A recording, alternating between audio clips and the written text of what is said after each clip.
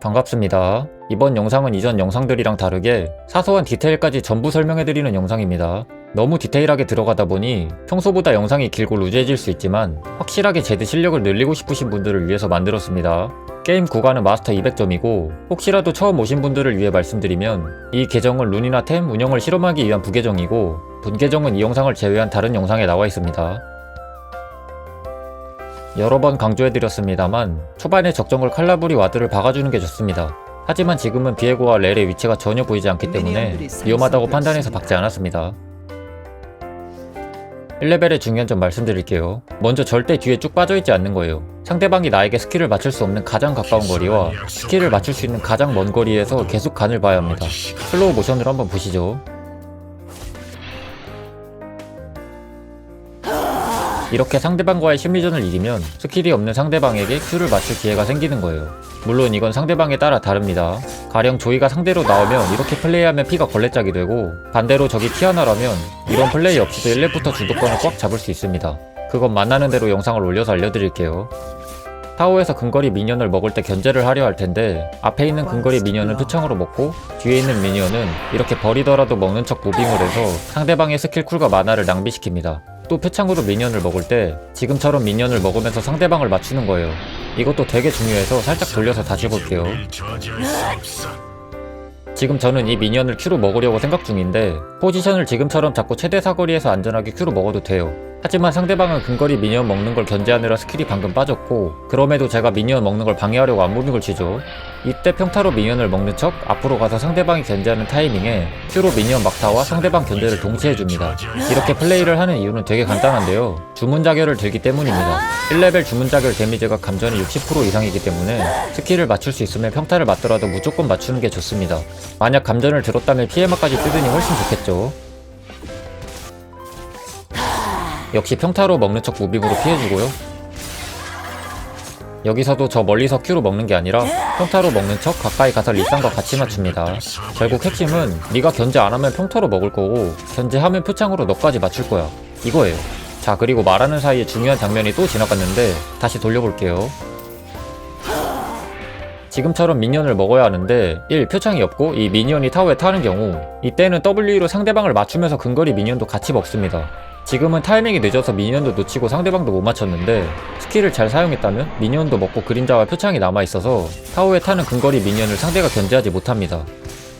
첫 기환점 제드는 라인전 약해에 해당하기 때문에 최대한 라인전을 무난하게 넘기는 방법을 알려드렸고 이제 첫 기환 이후 라인전을 어떻게 해야 하는지 알려드릴게요.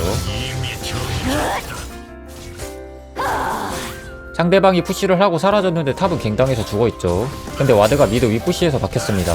위쪽으로 가긴 했는데 로밍을 가려고 간 것 같진 않고 아마 시야 장악을 하려고 간 것 같습니다. 혹시 모를 갱에 대비해서 와드도 박아주고요. 전멸이 없다면 이런 플레이는 조금 위험하지만 전멸도 있고 뒤에 브랜드도 있으니 리산드라 못 오게 적극 마크해주고요. 리산드라가 밀려나서 돌아오니 그 시간 동안 최대한 푸시합니다. 여기서 주의할 점은 W는 꼭 아끼고 있어야 합니다. 돌아오는 척 비에고를 데려올 수 있기 때문이죠. 미드 선푸시의 이점이죠. 시야장악. 상대 칼날부리에 와드 하나 박아줍니다. 6렙부터는 리산의 궁으로 인한 갱호응이 강력하기 때문에 W를 쓸 때 그림자 표창만 맞춘다는 느낌으로 최대한 멀리서 사용합니다. 이렇게 들어오면 본체 표창까지 시도해도 되고 들어오지 않는다면 그림자 표창만 맞춰줍니다.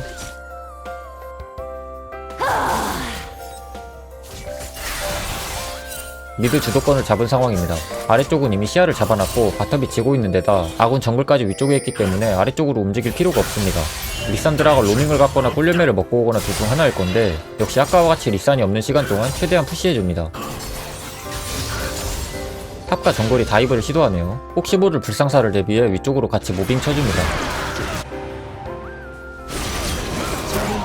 잘 잡았네요. 바로 미드로 복귀합니다.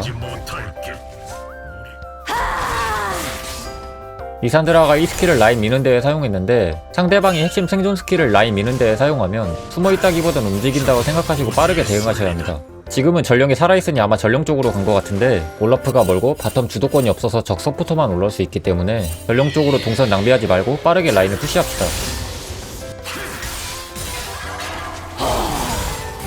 렐이 전령에 붙은 걸 확인했으니 바텀 로밍각을 한번 보려고 했으나 삼거리에 핑크와드도 있고 렐도 빠르게 도착했기 때문에 다시 라인으로 복귀합니다. 제가 살짝 바텀 로밍을 시도했으니 라인 푸시 한번 밀리겠네요.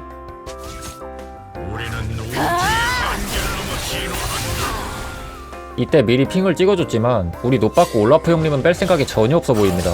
사실 빼주는 게 제일 좋긴 한데 이러면 미드에서 채굴이라도 해야 합니다.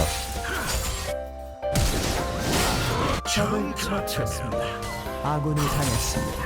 릭산이 탑에 갔으니 최대한 채굴합시다. 히드라 전엔 채굴 대신 로밍 가지 않습니다. 고열 빠세요.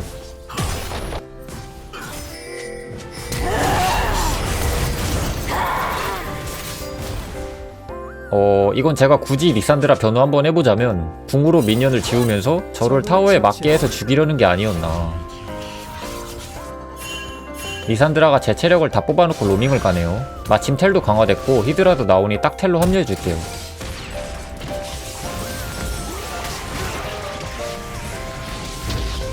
앞에 플래시 유무를 모르기 때문에 궁은 쓰지 않습니다. 리산은 궁풀 다 빠진 거 확인했으니 빠르게 나누고 그러면서 동시에 아펠까지 뒤지고 아펠이 역시 플래시가 있네요.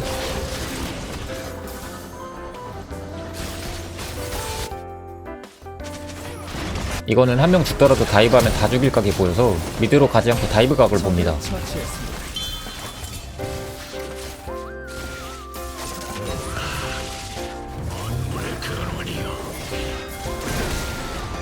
리산드라 텔을 생각 못하고 있었네요.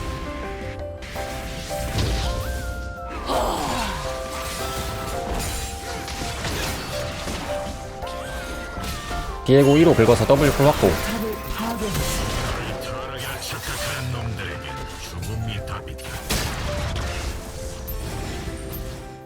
집을 못 가고 라인전을 지속하는 상황. 사실 히드라라서 계속 이대로 지속하면 제가 이기지만 아군이 라인 상황을 안 보고 용을 쳐버립니다.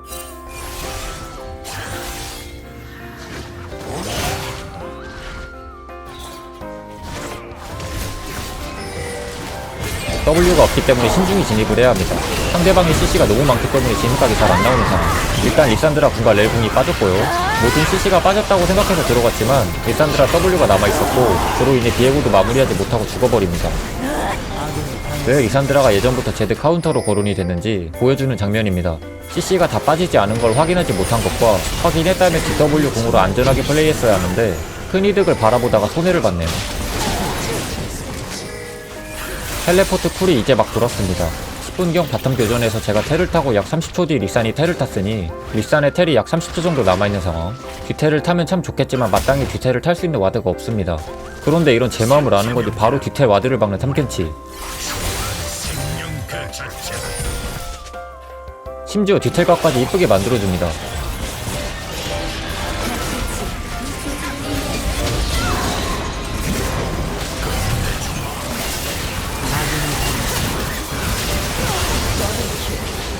이후 게임은 무난하게 15분 서렌으로 이겼습니다. 게임 시간이 짧아서 라인전 위주로 보여드렸는데 장기전이 있으면 운영 한타 영상도 올리도록 할게요. 끝까지 봐주셔서 감사합니다. 구독과 좋아요는 영상 제작에 큰 힘이 됩니다.